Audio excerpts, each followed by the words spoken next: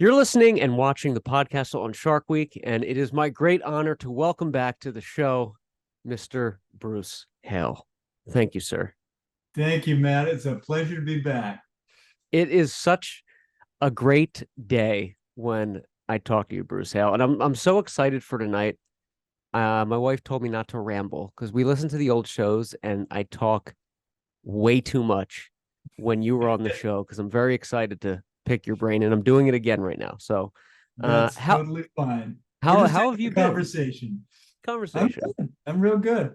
Yeah, I'm just having a fairly mellow summer. Just finished the first draft of my next novel, and I'm letting it cool off for a bit, and then about another week or so, I'll jump back in and start revising.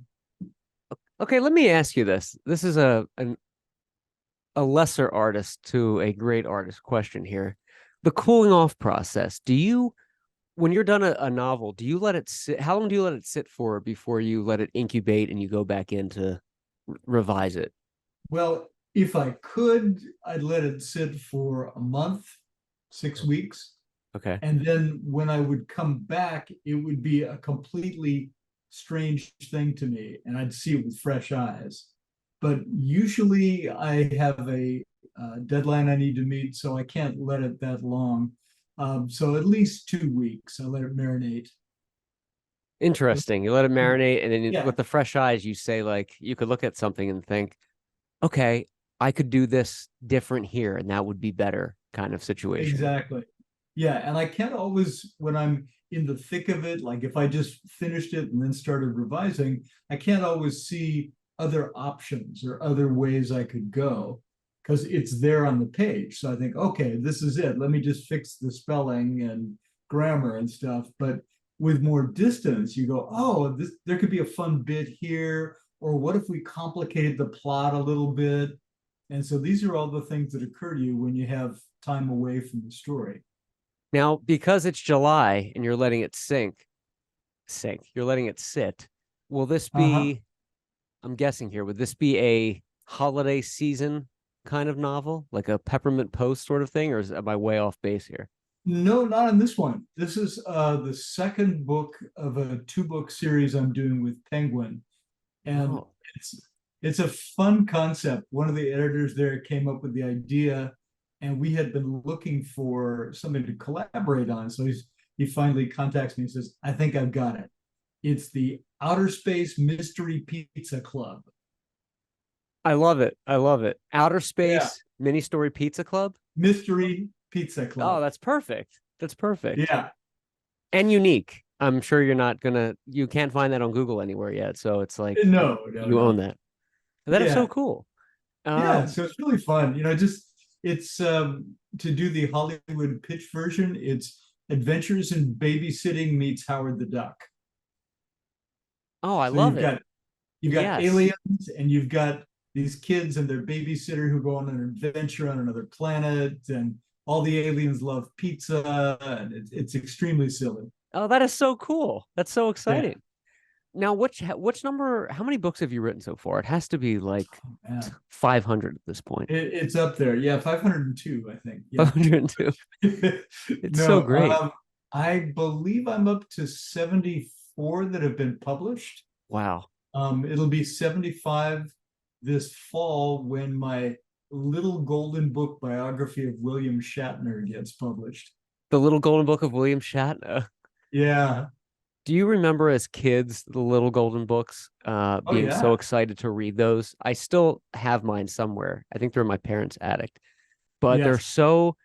there was something so special and tangible about the way they felt and looked in the stories. Like they stay with you, from the mouth of babes, young impressionable minds. Like they stick with you forever. They're just so They cool. do. They do. And they're so short. And Yeah. you feel, when you're a little kid, you feel a sense of accomplishment, like, oh, I read this whole book. Yeah. Never mind that it was 30 pages or something. Right, It's exactly. Yeah, it sticks with you. And I feel like your books, your novels, a lot of them, they not only resonate with children and adults, because anybody can read them, but there's something very nostalgic about them. Like if you're reading for the first time, they're very familiar and I've said this before and it's true. They're very smart with kids because kids are very smart. You know, you can't fool Mhm. kids, and you're very No. honest in your writing about that, and you make it a fun but learning kind of adventure for them, which not everybody can do, and that's pretty fantastic. Well, thank you. I'm glad you picked up on that. I do like to make it work at a couple of different levels. There's some stuff in there just for the adults who are reading the books to the kids. And then, yeah, you got to tell kids the truth because we owe that to them. Yeah, good point. We do. And looking at your background, you have Clark the Shark books behind you and the Clark the Shark plush toy I see there. Yep. What Yeah. does Yeah. one have to do to buy one of those? Are those available online? Because I feel like I need that in my Yeah. life. They are available. Okay. That's what that's what we all need to do. Few years. Um, oh, I think I lost you there for a second. Can you hear me okay? Yeah, I can hear you. Oh, okay, cool. So let's talk. It's Shark Week. We know we're all fans of sharks here. Absolutely. Can you sort of explain how Clark the Shark came about? Because it's just such a cool, iconic character. What was the genesis of Clark? Well, the funny thing is most people, especially kids in the schools, they think, oh, I must have created the character because that's usually what the author does. You create the character, you write the story, you go out and find a publisher who wants to publish it. But in this case, the publisher came to me. I had a working relationship with Harper, and they said, hey, we came up with this fun character and we'd like you to write the book. And Clark the Shark was such a no-brainer. I'm like, oh, what a fun name. And coincidentally, my stepdad's name was Clark, so I had a connection to Oh, it. so cool. Yeah. And so when they came to me, it was going to be just I think a digital I can read book. So it wasn't even going to appear in print form. Okay. Okay. And then once they saw the story that I had written and the wonderful illustrations that Guy Francis had done, they're like, no, no, no, no, no. We need to make this like a full-on picture book, just This like deserves the respect of like a real book here. exactly, exactly. And then they did that, and then it did very well, and they just kept signing up more and more books. And the 12th Clark the Shark book came out last summer. The 12th Clark the Shark book. And because 13 is such an unlucky number, Exactly. are we done at 12? Is that like the I good think we're spot? done at 12. You never know in publishing. Like if PBS Kids picks it up as a series, I'm sure we'll do more books. But for now, I think that's it with Clark. We've told a lot of tales with him. You've told a lot of tales, and I also like when authors, because you have so many endless opportunities and so many projects and different things. I do like it when a certain subject or series or whatever does come full circle. You own it, you have it. It's from beginning to end. Here it is. It's not left out there like, well, maybe there's gonna be another one in 5 years and it's not done. It's there. It's complete. Like it's sort of a sense of not only accomplishment, obviously, for writing the books, but you saw it through. I would imagine, like his Mhm. journey is complete, and it's there forever. Clark's there Yeah, forever. yeah, I like that. And as a series reader myself, I love writing series books. And a lot of kids, especially in what they call the middle grade years, the 8 to 12-year-olds, they just eat up series books. So if they read something and they like it, they want the next one. They don't want somebody to tell them, oh, that's the only book there is. You'll have to find something else to read. They're like, no, give me the next book. I want to know what happens next. Oh yeah, yeah. I remember growing up.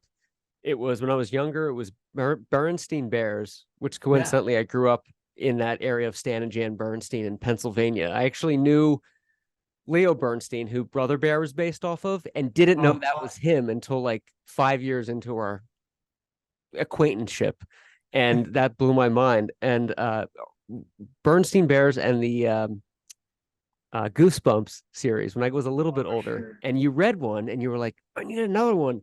And sure as heck, like a week or two later, a month later, whatever it was, you get another one. So as a kid from that age, like I get you need something, you needed to keep going. You love the series, Yeah. it's exciting, and we should encourage that too because they're reading and you're Oh, learning it. absolutely. And those are really the peak of the reading years for kids, like that 8 to 12-year-old range, because they've Hmm. done studies and reading tends to fall off as they get into their teens. and like in high school when they suck all the joy out of literature by making you analyze it instead of just reading something for Right. fun. So, so kids get turned off to reading. Right. Which I feel like that should be kind of embraced more what you just said. It's a sense of let's not turn them off.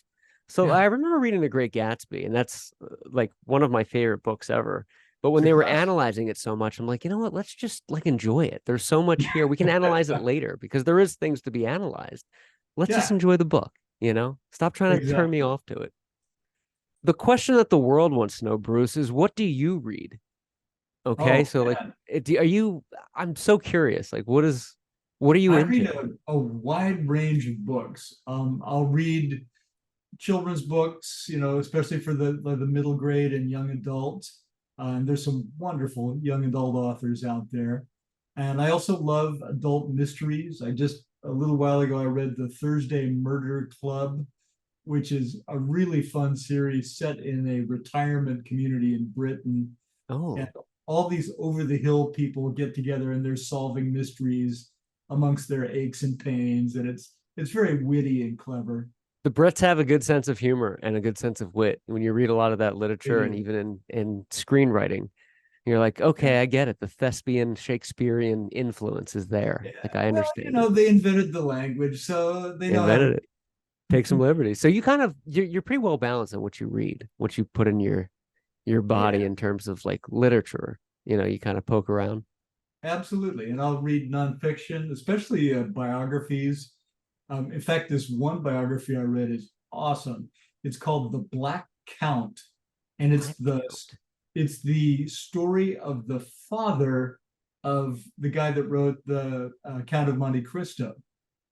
Oh, Victor, not Victor Hugo. His name is escaping me at the moment. Dumas. Dumas, yeah, Alexander Dumas. Dumas. Right. So his dad was born. He was the son of a French plantation owner and a slave born in Haiti in poverty. He was a bastard, and he rose to become a general in Napoleon's army. Oh, wow. And when you read it, it reads like an adventure novel. And half the stuff that happened to him ended up in his son's books. Oh, that is so cool. Yeah, What is that called? I'm gonna have to look it's out for that. called The Black Count. Very cool. One of the best nonfiction books I've ever read. Yeah. Tell them all about the historical and when you kind of slide it in other things, that's it's It's very fascinating. interesting. Yeah, yeah. The last time we spoke, it was just around the pandemic. Pandemic might have been easing up, but it was still there. But Mm-hmm. since then, the author visits, I'm going by your social media accounts and things I've seen, they're blowing up right now. I mean, they're like Oh it's yeah. huge. Can you tell us what you're doing with these author visits? Like how much you have to be in so demand right now. You have to be all booked up. Well, yeah, it was pretty crazy. For the that long stretch of the pandemic, there were only a few brave schools here and there that would say, "Okay, yes, we're willing to have a person come visit us in person in our school Right. and not be masked. We'll let him spread his germs all over us." But finally, just this last fall, it got to the point where I guess enough schools felt like they were over the hump and a lot of them weren't masking anymore. And they said, you know what? I think this spring we'd like an in person visit. And I got contacted by tons of schools. And so Good. what I ended up doing between like late February and early June, I was on the road almost constantly, never home for more than a week.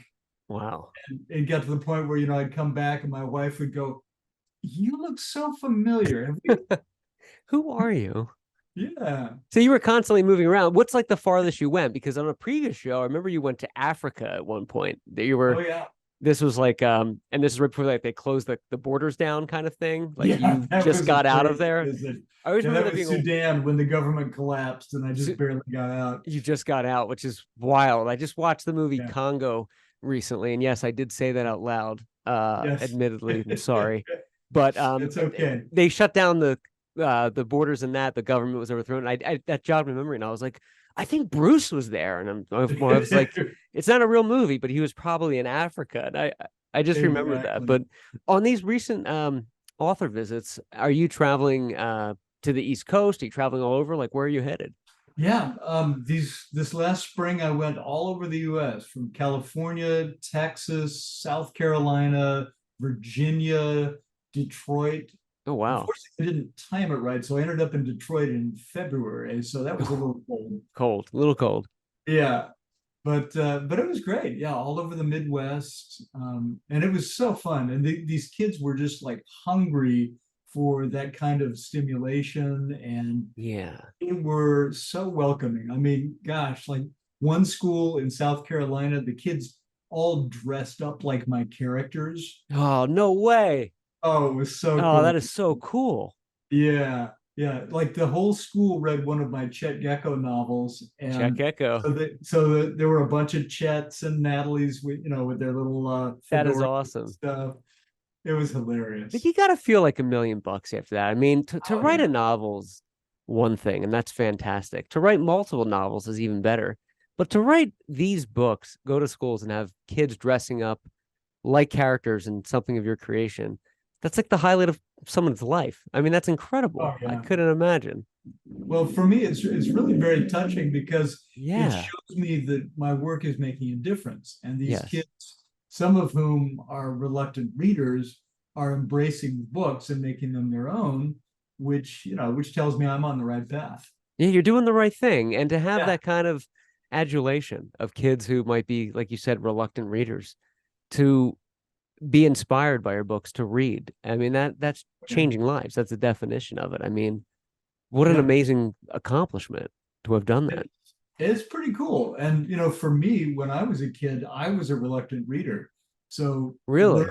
yeah, becoming a reader made a big difference in my life. So Yeah. if I can pass that on to kids, that feels like the right thing to do. It is the right thing to do. Mission accomplished.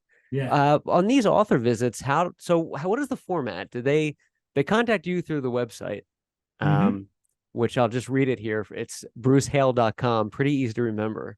Yep. Uh, and they book you, you get hired, and do you like what's the format? How long are they? What kind of happens during them? Well, I offer like different visit packages depending on what the school's needs are. The most common one is I'll do 3 presentations for the entire student body. So they'll break them into like 2 grade chunks or 3 grade chunks. And I'll tell them my story, how I went from being a reluctant reader to becoming an author. And then from that, I'll draw lessons that they can use in their own lives, whatever they want to be when they grow up. And so, I'll talk about the importance of Yeah. persistence and not giving up, and tell them that I submitted stories for 8.5 years before I got published. Was it That 8.5 years? it was. Talk about determination. Yeah. You're like a Dr. Seuss without all the weird dark past going on there. Just Exactly. kidding. Without all the racist overtones Yeah, in it. without all the racist, without all the terrible racism. It's like that. But that's such a good deal though. To have Bruce Hale do the different presentations, and it's the entire student body, you Oh know. yeah. Yeah. You And would have sometimes to. You can't just do it for a class at this point. You no, have no, no. if I know Yes. you're in the school, everybody's going to come chomping. Yeah. And it's great. And then sometimes if the school wants to, I'll add on like a writing workshop or a cartooning workshop.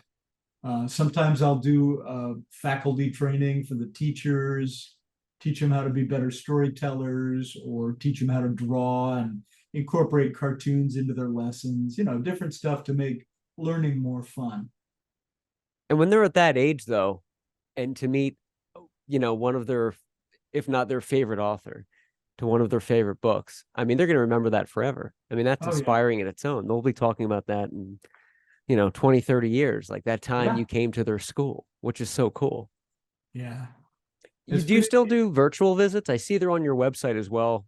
The virtual, are those like still Mhm. happening, or that went away They because of the are. pandemic? They are. They kind of hit their peak in about 2021, 22, right there, when that was Yeah. all I was doing.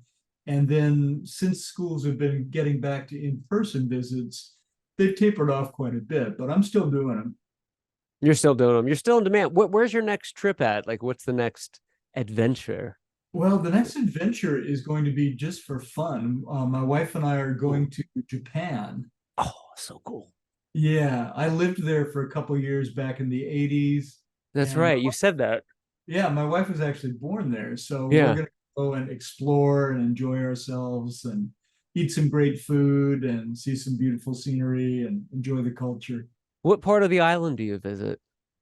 And We're I've going never to, been there, so me asking that, you could say, yeah, "Oh, the north side," and I'd be like, "Yeah, yeah, yeah, that's yeah, awesome." But I know like the exactly. cities like Osaka and Kyoto. Or is there? I know like the Yeah. geography. What part do you go to? Well, uh, Tokyo is the most common port. That's where most people fly into. So Okay, we'll spend a little time there.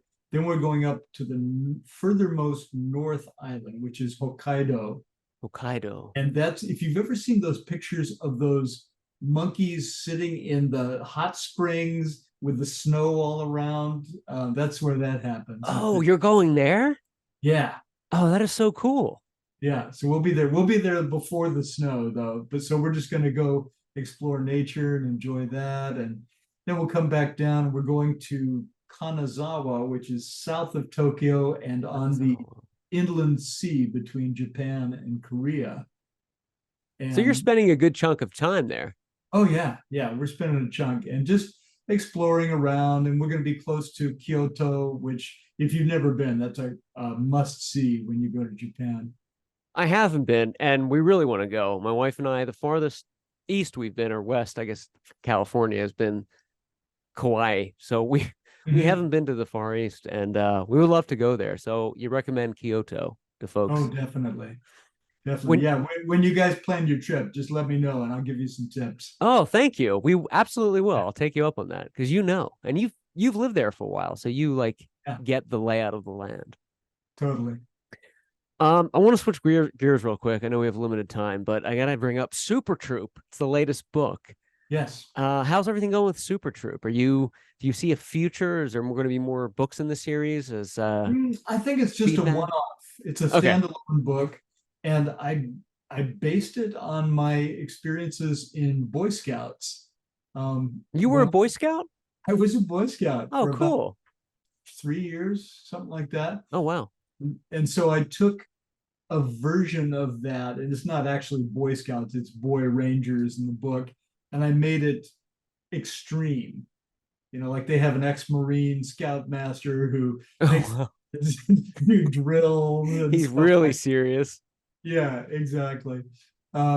But yeah, the book's been doing well. It's made I think it was on the state reading list for Georgia, and the sales have been very Congratulations. well. Yeah, thank you.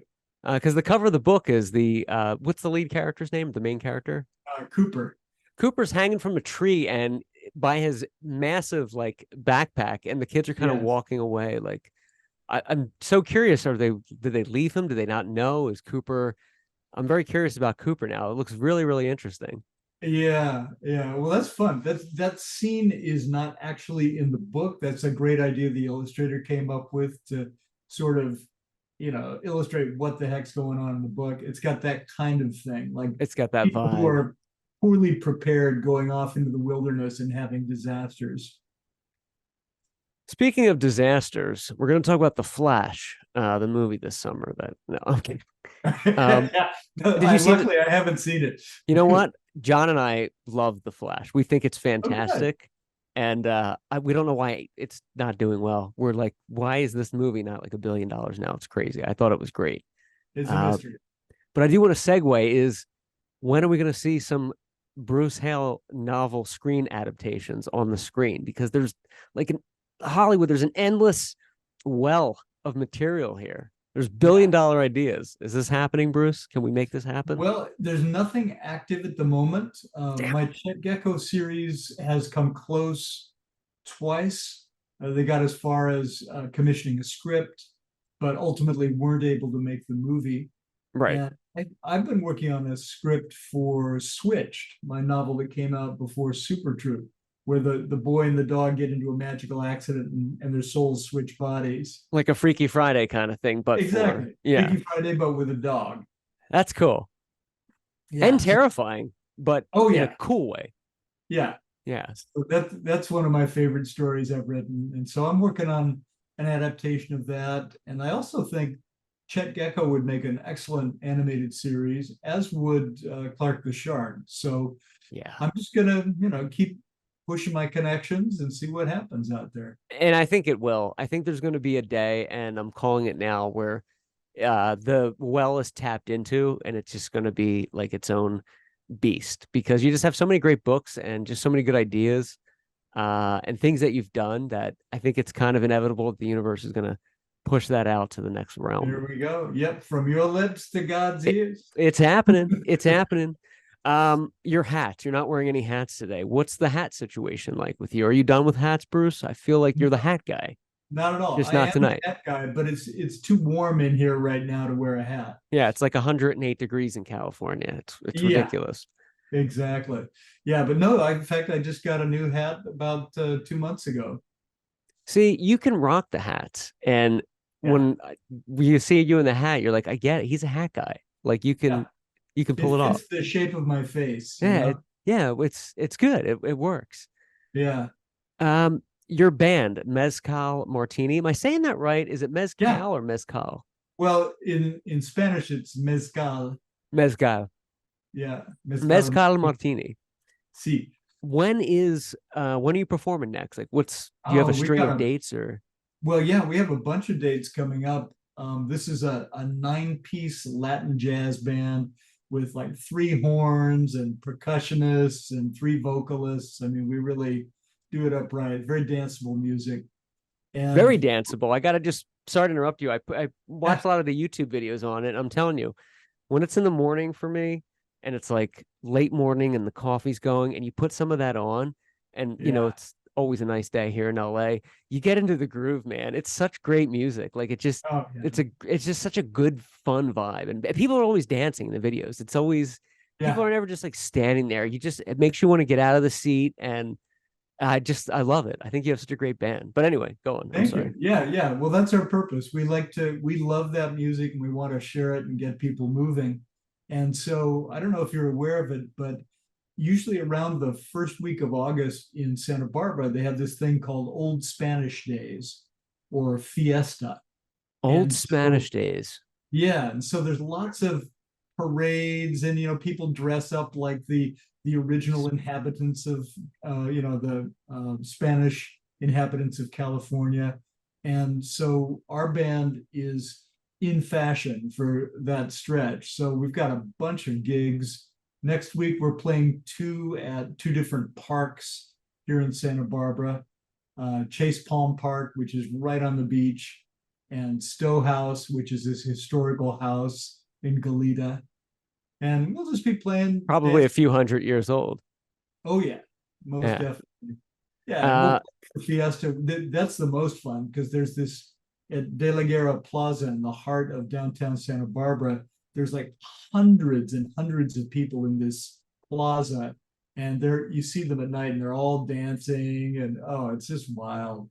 it's so cool. They're doing their thing. Yeah. Um, I'm gonna share a real clip, Bruce, of the band, Okay. if I may. Sure, please. This is super, super cool.